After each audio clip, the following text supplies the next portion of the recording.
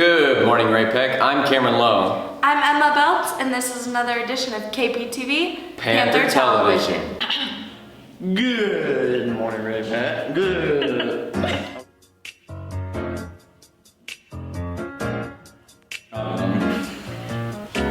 Something like that.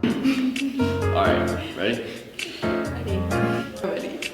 Good morning, Ray Peck.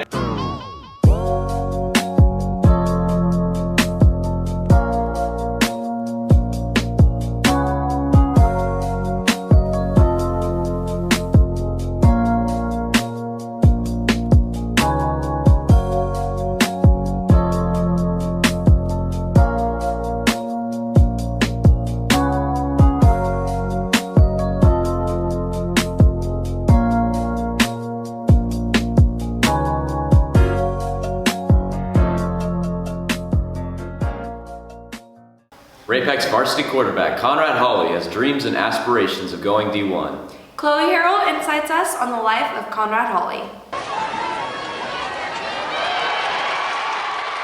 Junior Conrad Hawley is the starting quarterback of the Ray Peck football team, and he understands how crucial dedication is when playing in a team sport such as football. We do a quote of the day every day, and that quote is almost always about enthusiasm, effort, hard work, and teamwork, and being a team and being competitive, so that builds us together. Conrad's stepdad, Kevin Brock, is no stranger to teamwork and has been a strong mentor throughout Hawley's football career. I always loved it. I loved football since I was a little kid, and when I got old enough that I didn't have to have a permission slip signed, I just signed up for it. Conrad's one-on-one coach, Nick James, has influenced Conrad's high school football journey. Yeah, teamwork is obviously very important in the game of football. You know, we got to have 11 guys working together all the time.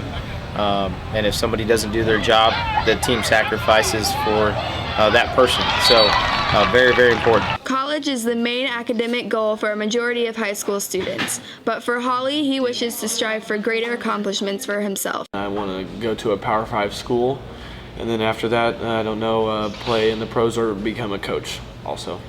Jane sees potential in Conrad and believes that he can go far with his football career.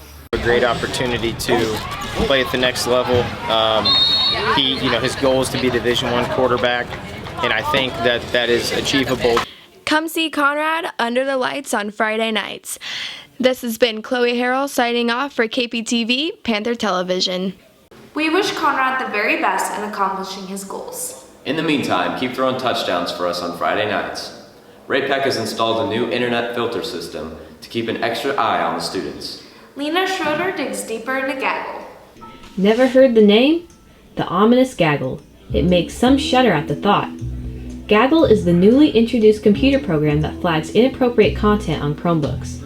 Many have strong opinions on Gaggle, and today you may form your own thoughts on the secretive network. An unnamed senior has been flagged for inappropriate content on an email by Gaggle, and has some helpful advice for the students of Ray Peck High School. Went to the office, they had a talk, he got in trouble, everything blocked, and then detention. Simple words like Russia, killed, stole, any curse words, or any gang related things. They'll say gang stuff. Email's dumb, so don't send anything unless it's for school. Assistant Principal Jeannie Kuhlman explains what Gaggle is. Gaggle is a monitoring system outside of our school to monitor anything that goes on in the Google applications on our students' computers. Ryan Gooding, Director of Technology, expresses the need for Gaggle. So we're always looking at ways that we can keep our students safe, and student safety is, the number one priority of everybody in our district. And what is Gaggle exactly looking for? Looking for bullying, looking for fights. Possible suicide or self-harm events. Ryan Gooding says that Gaggle is an extra safety precaution. Gaggle is just another layer that we can put in place that gives us some more visibility in what our students are doing. Jeannie Kuhlman gives advice to students on Chromebook behavior. I would use your Chromebooks like you would something if you were at work. Keep everything professional and appropriate, and don't put any personal things on there. Students of Ray Peck, please make smart decisions on your Chromebooks, because they will have consequences. Hopefully Gaggle can work and try and protect our students. Life after high school can be scary. Ray-Pac hosted a college fair to try and help guide students to have a better understanding for their future. Andrew Jansen gives us an inside look on the college fair. Figuring out what you want to do after high school can be a bit of a daunting task. The college fair is a reliable way to find your path after you graduate. I would say the best place to start is to make sure that college is the best option for them. They really need to start with what they want to do as a career. Chandler Brennicke, a senior, is unsure of where he wants to go to college and has had some hiccups along the way. Being cheap is the biggest one. I like colleges that aren't as expensive. Also making sure that they have all the courses that I want, and making sure that they have the major and the minor that I want to progress my academic career on. We spoke to Avila Representative Kenny Baker about some of the things you should look for in a college. Again, a lot of factors about what to look for, make sure you want to look, whether that's whether you want a big school with kind of that maybe you want kind of small school and kind of small class sizes and one-on-one attention, and then of course stuff like your majors. What do you want to do? What programs have the most beneficial majors to kind of prepare you for kind of your career and that sort of thing. The college fair isn't only for the students. It's also a convenient way for colleges to find promising candidates for their school. As far as schools go, obviously grades are pretty important, but speaking as a rep from Avila, we're such a small school, we like to meet and really get to know all our students as well to make sure they're a good fit for us. For any college-related questions, you can contact your counselor. This has been Andrew the Man Jansen with KPTV, Panther Television.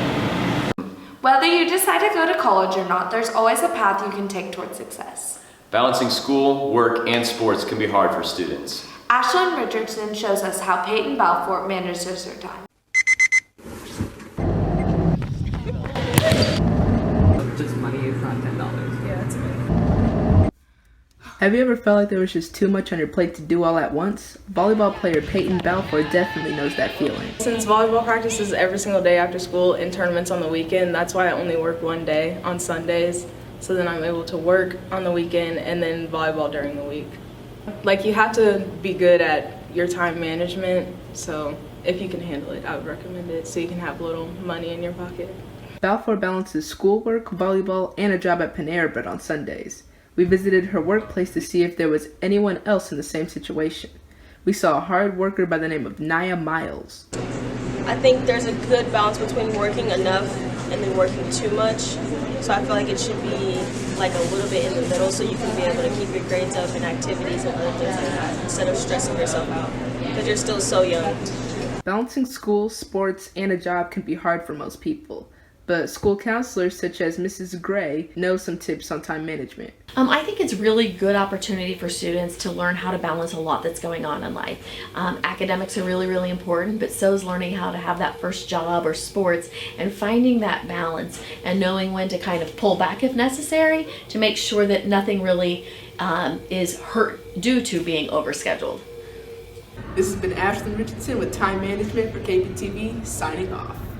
Although it may seem hard, it's not impossible. You can buy a planner or use applications on your phone to help. And oops! Take a guess. Our next reporter, Zoe German, informs us about Visco Girls. And I oop, and I oop, and I oop. You have definitely seen around social media Visco Girls. We have a large group of them at our school. The app TikTok have been trending lately. Visco Girls tend to have scrunchies, hydro flasks, and metal straws. Sophomore Savannah Smith is very informed about Visco Girls and is one herself. Definitely have to own scrunchies because scrunchies are a must. Probably a hydro flask. Most Visco girls also wear oversized t-shirts, scrunchies, puka shell necklaces, Birkenstocks, or Vans. A big Visco girl at Ray-Pac High School is freshman Gabby Vitas. I'm a Visco girl because I wear the big shirts. I have a Visco. Visco girls are very one-of-a-kind people. They make sure to get themselves out there via the Visco app, TikTok, and other mobile apps. Bringing it back from the 90s. We like to wear colorful stuff. So we like to stand out. Visco girls seem to have lower standards for what they wear and how they dress. They use these standards to make themselves appear stylish and trendy. Senior Morgan Montier is a Visco girl and has experienced these standards firsthand. Like lowering the standards. Like now it's like, oh, attractive, like she doesn't care what she looks like. Visco girls aren't very stereotypical, meaning they are different from what everyone else calls normal, including their style, how they act, and their personality. They're definitely an oddball. They're always wanting to be willing to be out there and be their own. They're more than just your classic freshman Visco girls. There's also Visco girls that have been with the trend since before the trend started. Stay tuned to see how Visco girls will continue to grow. For a better understanding or interested in the topic of Visco girls, you can visit the Visco app and TikTok.